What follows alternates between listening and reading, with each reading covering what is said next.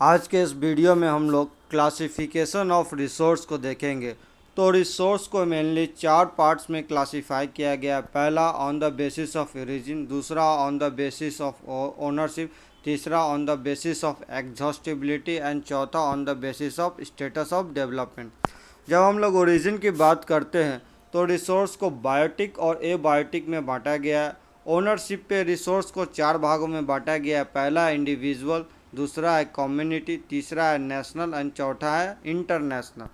फिर अगर हम लोग बात करेंगे एग्जॉस्टिबिलिटी की बेसिस पे तो एक है रिन्यूएबल, दूसरा है नॉन रिन्यूएबल, और अगर हम लोग बात करते हैं जो कि है on the basis of status of development, तो इसमें मेनली चार भागों में बांटा गया है। एक है एक्चुअल, जिसको कि डेवलप्ड रिसोर्स भी कहा जाता है, दूसरा है पोटेंशियल, तीसरा है स्टॉक एंड चौथा है रिजर्व। तो इस वीडियो में मेनली हम लोग इन्हीं सब चीज़ों के बारे में देखेंगे एक एक करके। तो जब हम लोग देखते हैं on the basis of origin तो रिसोर्स को दो भागों में बांटा गया है। एक है आपका बायोटिक और दूसरा एबायोटिक। बायोटिक, बायो मतलब लिविंग, यानी बायोटिक वैसे रिसोर्स होते हैं जो कि लिविंग होते हैं, जिनमें लाइफ होता है, जैसे प्लांट्स हो गए, एनिमल्स हो गए, ह्यूमंस हो गए। यहाँ पे आप देख सकते हैं ये प्लांट हो गया जिसमें लाइफ है, या फिर एनिमल फ्रॉग हो गया, इसमें लाइफ है। उसके अलावा कुछ प्रोटोजोआ हो गए या फिर बैक्टीरिया हो गए या फिर फंगी हो गए। मतलब जितने भी चीज़ है इस धरती पे जिसमें लिविंग लाइफ है यानी लिविंग है, तो वो किस में आ जाएंगे, बायोटिक रिसोर्स में आ जाएंगे।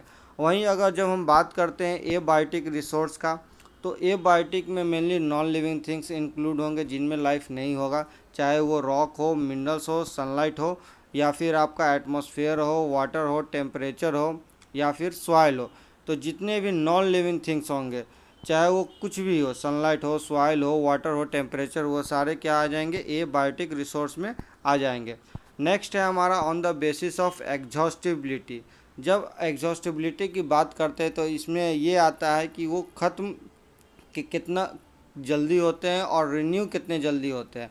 ठीक है, तो इसको मेनली दो भागों में बांटा गया है। एक है आपका रिन्यूएबल, दूसरा है नॉन रिन्यूएबल। रिन्यूएबल जिसको नॉन कन्वेंशनल भी कहा जाता है, और नॉन रिन्यूएबल जिसको कन्वेंशनल रिसोर्स भी कहा जाता है। तो जब हम लोग बात करेंगे रिन्यूएबल रिसोर्स की, तो ये वैसे रिसोर्स होते हैं जो क्विकली रिन्यू हो जाते हैं, यानी क्विकली वापस आ जाते हैं, रिप्लेस्ड नेचुरली। ठीक है, और नेचुरली ये आपका तुरंत वो वापस भी आ जाते हैं। तो जैसे आपका सोलर एनर्जी हो गया, विंड एनर्जी हो गया, वाटर हो गया, फॉरेस्ट हो गया। ठीक है, यहाँ आप देख सकते हैं बायोगैस बायोमास हो सकता है, हाइड्रोल पावर हो गया, जियोथर्मल पावर हो गया, विंड एनर्जी हो गया, सोलर एनर्जी हो गया। ये सारे क्या है, ये रिन्यूएबल रिसोर्स के हैं। क्यों? क्योंकि ये जैसे ही ख़त्म होते हैं दोबारा रिन्यू हो जाते हैं। दूसरे हमारे आते हैं नॉन रिन्यूएबल रिसोर्स। ये वैसे रिसोर्स होते हैं जो क्विकली रिन्यू नहीं होते हैं या रिप्लेस नहीं होते हैं, इनको टाइम लगता है। ठीक है, जैसे कि हमारा ये हो गया कोयला ले लीजिए। अगर कोल एक बार ख़त्म हो जाएगा तो इसे रिन्यू करने में, दोबारा बनने में लॉन्ग प्रोसेस, लंबा टाइम लगता है, लॉन्ग पीरियड ऑफ टाइम लेता है।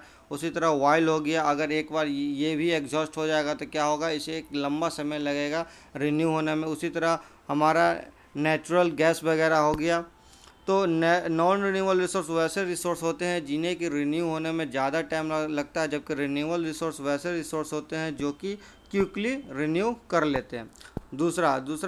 तीसरा हमारा आता है on the basis of ownership. Ownership यानी स्वामित्व, यानी उसका मालिक कौन है।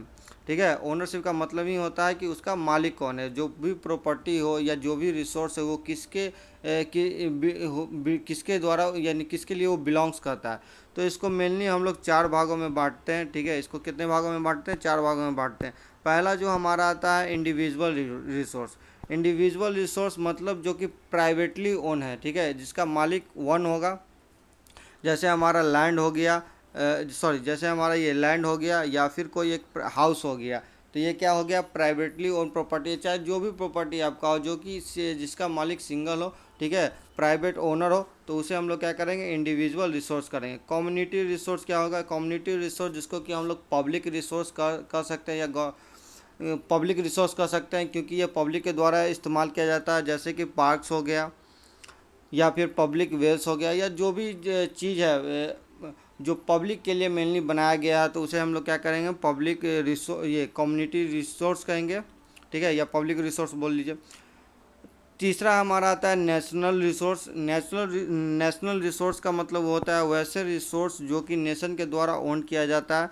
जैसे जैसे कि मान लीजिए हमारा जो कंट्री है, हमारा कंट्री इंडिया है, तो इंडिया में जितने भी रिसोर्स होंगे वो क्या आएंगे, नेचुरल रिसोर्स के अंतर्गत आएंगे।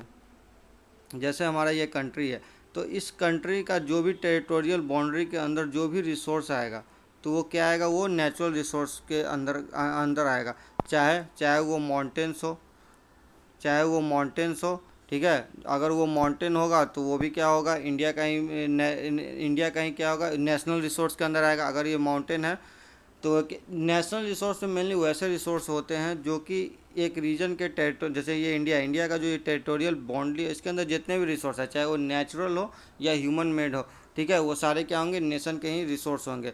जैसे जैसे ये माउंटेन हो गया, अगर आपको ये माउंटेन हो गया, या फिर आपका कोई रिवर्स हो गया, या फिर आपका कोई फॉरेस्ट हो गया, ठीक है, तो ये सारे क्या आ जाएंगे, नेशनल रिसोर्स आ जाएंगे। अगर हम लोग बात करते हैं मैरीन टाइम में, तो 22 ये 24 नॉटिकल माइल्स, ठीक है, कितना, 24 नॉटिकल, हाँ 24 नॉटिकल माइल्स तक क्या होते हैं, इंडिया का ये टेरिटोरियल ये मैरीन टाइम जो बाउंड्री है वो 24 नॉटिकल माइल है समुद्र में, यानी मेनली 44 किलोमीटर के आसपास क्या होता है, इंडिया का जो भी मरीन में यानी समुद्र में जो भी रिसोर्स होगा, यहाँ से मेन कोस्ट है वो किसका होगा, इंडिया का होगा, अगर हम लोग मेरीन के कॉन्टेक्स्ट में देखें।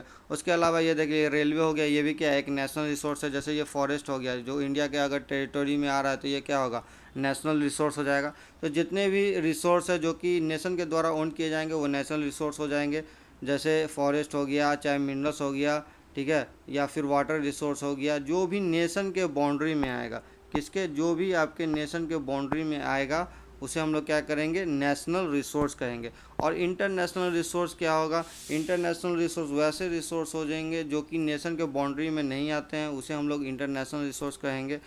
जैसे ओपन सी, ठीक है, तो जो हम लोग इंडिया का मैप देखे थे, अगर उसमें अगर जो भी रिसोर्स उसके बाउंड्री के अंदर जो भी रिसोर्स नहीं आएंगे, तो उसे हम लोग क्या कहेंगे, इंटरनेशनल रिसोर्स करेंगे। अगर हम लोग ओपन सी की बात करें, तो इंडिया का जो ये कोस्टल लाइन है, ठीक है, कोस्ट लाइन है, इससे जब हम लोग बात करते हैं, तो इससे जब हम लोग जाएंगे 200 नॉटिकल माइल, कितना, 200 नॉटिकल माइल्स अगर हम लोग अंदर इधर जाते हैं, इंडियन ओशन की तरफ जाएंगे, तो 200 नॉटिकल माइल्स के बाद क्या आ जाता है, आपका ओपन सी आ जाता है। 200 नॉटिकल माइल के पास ओपन सी आ जाता है, जो कि इंटरनेशनल रिसोर्स है। वहाँ पे सभी कंट्री का ये ओनरशिप बनता है, ठीक है, वहाँ का कोई सिंगल कंट्री मालिक नहीं होता है, हर कंट्री वहाँ पे जा सकता है, वो इंटरनेशनली डिसाइड होता है। परंतु अगर 200 नॉटिकल माइल्स के अंदर में पड़ता है, ठीक है, तो उस पर किसका हक होगा, उस पर इंडिया का खुद का हक होगा, यानी वो इंडिया के नेशनल रिसोर्स में आ जाएगा। तो ये था हमारा। नेक्स्ट हमारा जो लास्ट है वो है resource on the basis of status of development. तो स्टेटस ऑफ डेवलपमेंट में मेनली 4 भागों में बांटा गया है। एक है आपका एक्चुअल, जिसको कि डेवलप रिसोर्स करते हैं, दूसरा है पोटेंशियल, तीसरा है स्टॉक, एंड चौथा है रिजर्व रिसोर्स। अब एक्चुअल रिसोर्स क्या होता है, एक्चुअल रिसोर्स यानी कि डेवलप रिसोर्स वैसे रिसोर्स होते हैं जिसका कि यूटिलाइजेशन, ठीक है, हम लोग अभी करेंट टाइम में कर रहे हैं। जैसे कि कोल हो गया, पेट्रोल हो गया, आयरन हो गया, तो ये सब जो रिसोर्स है ये क्या है, एक्चुअल रिसोर्स है, क्योंकि इनके क्वांटिटी और क्वालिटी के बारे में हमें नॉलेज है और हमारे पास वो प्रॉपर टेक्नोलॉजी है जिसके द्वारा हम लोग क्या करें, इसका यूज करें। जैसे कोल हो गया, एनर्जी के लिए यूज़ करें, पेट्रोल भी एनर्जी फ्यूल के रूप में इस्तेमाल करें, आयरन का इस्तेमाल डिफरेंट थिंग्स, कंस्ट्रक्शन वर्कर या रोड्स या अलग थिंग्स में हम लोग करते हैं। उसके अलावा पोटेंशियल रिसोर्स वैसे रिसोर्स हो गए जिसका पोटेंशियल है परंतु हम लोग अभी यूटिलाइजेशन नहीं कर रहे हैं। जैसे कि विंड एनर्जी का हम लोग बात कर लीजिए, राजस्थान में पोटेंशियल है परंतु हम लोग यूज़ नहीं कर रहे हैं। क्यों? क्योंकि वो बहुत ज़्यादा कॉस्ट इफ़ेक्टिव पड़ जाता है, ठीक है, कॉस्टली पड़ जाता है, इसीलिए हम उसका यूज़ नहीं कर रहे हैं। यानी टेक्नोलॉजी है परंतु हम लोग उसका अभी यूज़ नहीं कर रहे। स्टॉक रिसोर्स वैसे रिसोर्स होते हैं जिसका हम लोग टेक्नोलॉजी लैक करते हैं। जैसे अगर हम H2O, सी वाटर जो होता है, सी वाटर जो H2 है, सी वाटर जो है उससे मेनली क्या करते हैं, H2O से जब हम लोग ये जो H2O है इससे हम लोग क्या करेंगे, इसको हाँ इसको देखिए, इसको हम लोग क्या करेंगे, इससे क्या करेंगे, हाइड्रोजन अलग कर देंगे और ऑक्सीजन अलग करके, तो ये हाइड्रोजन का इस्तेमाल हम लोग एनर्जी के रूप में कर सकते हैं, जो कि एक क्लीन एनर्जी जाना जाता है। क्यों? क्योंकि ये जीरो जीरो एमिशन करता है। परंतु हमारे पास इतना ऐसा टेक्नोलॉजी है नहीं, अभी प्रॉपर तरीके से उपलब्ध है नहीं, जिसके कारण हम इसका यूज कर सकें। चौथा है रिजर्व रिसोर्स। रिजर्व रिसोर्स वैसे रिसोर्स होते हैं जिनको कि मेनली रिज़र्व हम लोग किए हुए रहते हैं, जैसे वाटर डैम हो गया, फ्यूचर यूज के लिए हम लोग उसको रिज़र्व किए रहते हैं। अगर हम लोग इसको सिंपल वे में देखें तो यहाँ पे आप देख सकते हैं कि एक्चुअल रिसोर्स या डेवलप रिसोर्स वैसे रिसोर्स होते हैं जिसका टेक्नोलॉजी हमारे पास है, हम लोग इसका विलिंगनेस है, इच्छा है कि हाँ हमें इसे यूज़ करना है, और प्रेजेंट कंडीशन क्या है, हम इसका यूज़ कर रहे हैं। जैसे कि मान लीजिए पेट्रोल हो गया, ठीक है, कोल हो गया, इसका हम लोग क्या करें, अभी यूज़ कर रहे हैं। पोटेंशियल रिसोर्स वैसे रिसोर्स हो गया जिसका टेक्नोलॉजी हमारे पास है, हम यूज करना चाहते हैं परंतु हम यूज नहीं कर पा रहे हैं। क्यों? क्योंकि ये क्या हो रहा है, कॉस्टली पड़ रहा है, ठीक है।